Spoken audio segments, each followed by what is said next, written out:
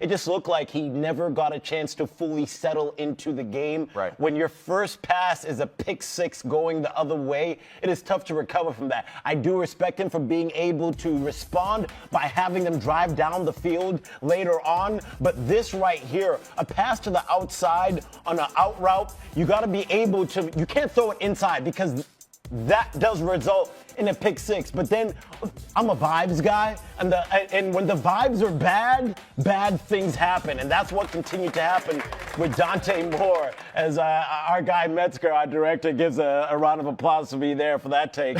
But for Dante Moore, it was clear and evident that facing this level of competition was something that he was yet to be able to process. And throughout the game, he was trying to catch up. I think the game was going a little bit too fast. Then he would catch up, then it would go too fast, and mistake after mistake. 21 points off of turnovers for Indiana, and they just could not recover.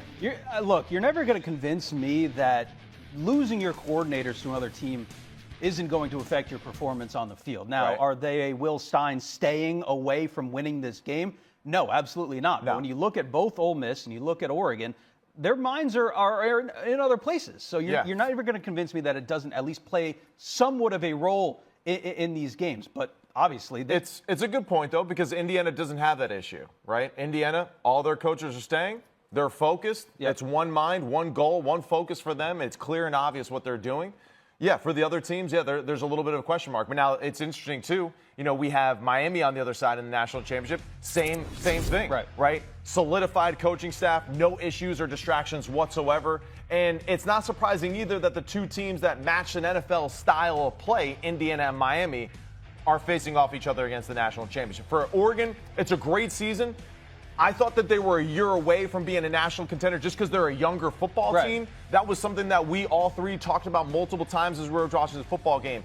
There was the veteran team, the older team of Indiana, and then there was the young team of Oregon. Exactly. And this was a good learning lesson, I think, for Oregon again. Now, it is hard to kind of take your lumps as you're learning, especially because of how rough it was against Ohio State last year. And again this year, a very similar feeling. So definitely something that Dan Lanning has to think about going into the season for next year.